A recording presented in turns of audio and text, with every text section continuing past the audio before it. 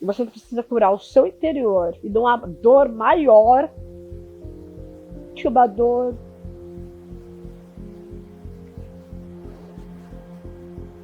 A dor te dá um poder, sabe? Falar assim. É como diz a nossa amiga, né? Que falou assim: pegou a chave, vamos viver.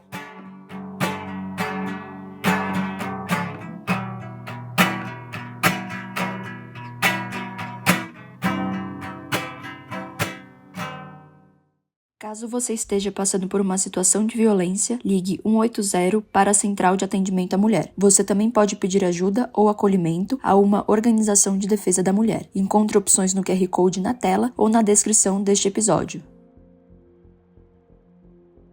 Bom, no começo do relacionamento já foi um relacionamento começo conturbado, né? Foi um relacionamento, como todo relacionamento, é alegre, é bacana, enquanto não tem filhos, não tem responsabilidade. Mas quando eu conheci o André, eu já tinha um filho de 1 ano, né? Ele já tinha uma responsabilidade. E a gente foi tendo uma convivência, de repente virou uma situação meio que relacionamento.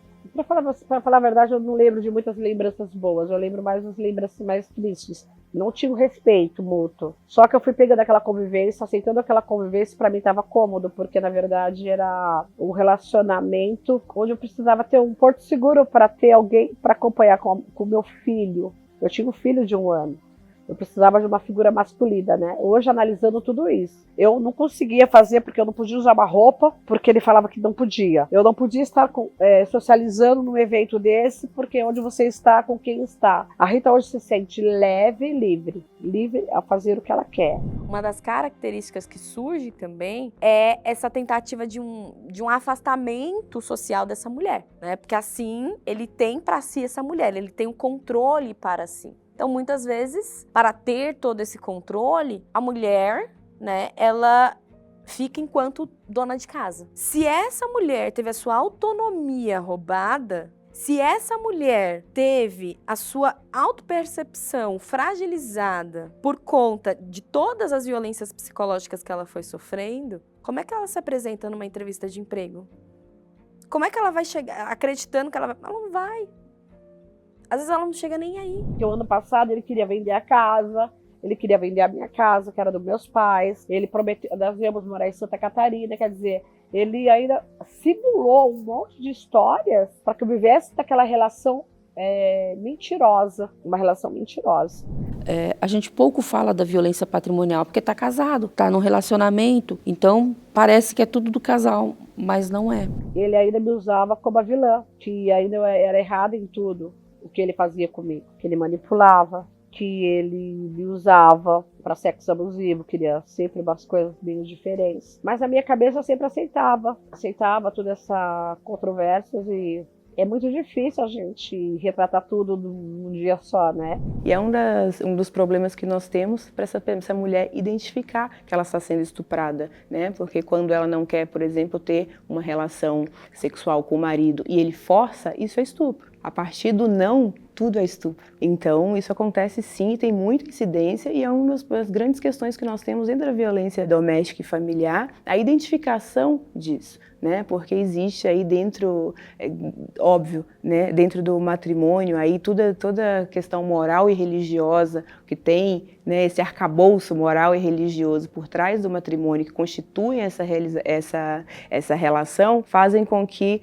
essas mulheres e esses homens entendam que o sexo é uma obrigação dentro do casamento. Porque existe também essa incompreensão, também com base em toda essa construção histórico-social. Muitas mulheres sofreram e ainda sofrem violência sexual dentro das suas relações porque existe um mito social, uma ideia social que a mulher ela tem que, né, prover tudo dentro daquela relação, num sentido do que o homem deseja. Se o homem ele tem um desejo sexual, na roda, né, de conversa, daquela coisa de se preparar para o casamento, uma coisa que se falava, ou que, né, ainda pode se falar, a gente ainda pode ouvir, é aquela questão assim, mas se você não prover em casa, ele vai procurar na rua.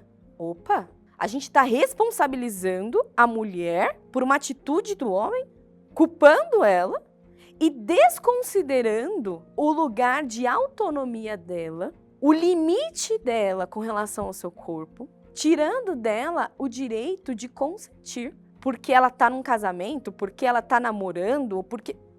Não existe justificativa nisso. No término dessa relação, eu estava com meu filho numa lanchonete e ele passou nesse local e falou comigo que queria comer um pastel, queria dar uma volta, que de boa ficaria ali naquele local comigo. Eu aceitei que ele ficasse ali. Foi quando ele pegou, falou que precisava ir embora, que era pra mim ir com ele. Eu disse que eu não iria embora com ele, porque eu não tinha nada com ele. Ele falou, você vem. E na hora que eu falei que vem comigo, ele pegou, me deu um soco na minha cara, onde eu caí no chão, e meu filho pequeno de 6 anos viu. Então, quando eu estava nessa lanchonete, foi onde eu tive coragem de fazer a denúncia, porque eu estava com uma amiga, vamos pra delegacia. Eu fui até a delegacia, porque na verdade ele tirou sangue, ele me machucou mesmo forte, ele deu um soco, que eu caí de um banco, de uma lanchonete, e meu filho viu aquilo.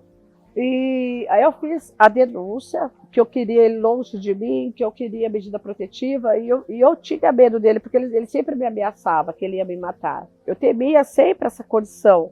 Na medida protetiva, ele fez eu ainda tirar da medida protetiva, eu aproximei, engravidei dele, ele falou que essa filha não era filha dele, fez todo o jogo de cintura, de sentimento, que amava, que gostava, me dá mais uma chance para que eu pudesse arquivar o processo. Eu fui lá, retirei o nome dele da delegacia, mas eu aceitei ele de volta. Quer dizer, ele fazendo o que ele quisesse comigo. Tanto é que ele fez o que fez, tanto é que ele virou as costas dele e foi viver com outra mulher e acabou. Pra ele tá bom assim.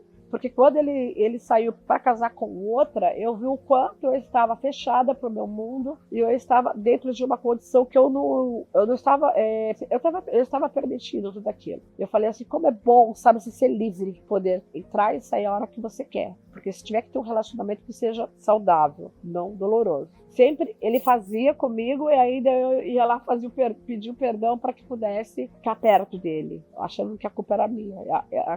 Eu acabava transferindo a culpa minha, ele manipulava a situação. Então, quando essa mulher fica, ela não tá ficando porque ela gosta, ela tá ficando porque algo dentro dessa relação faz a manutenção dessa esperança dela. Algo é esperança. E ela espera pelo melhor. Ela espera pela mudança. Isso é muito frequente nas falas das mulheres.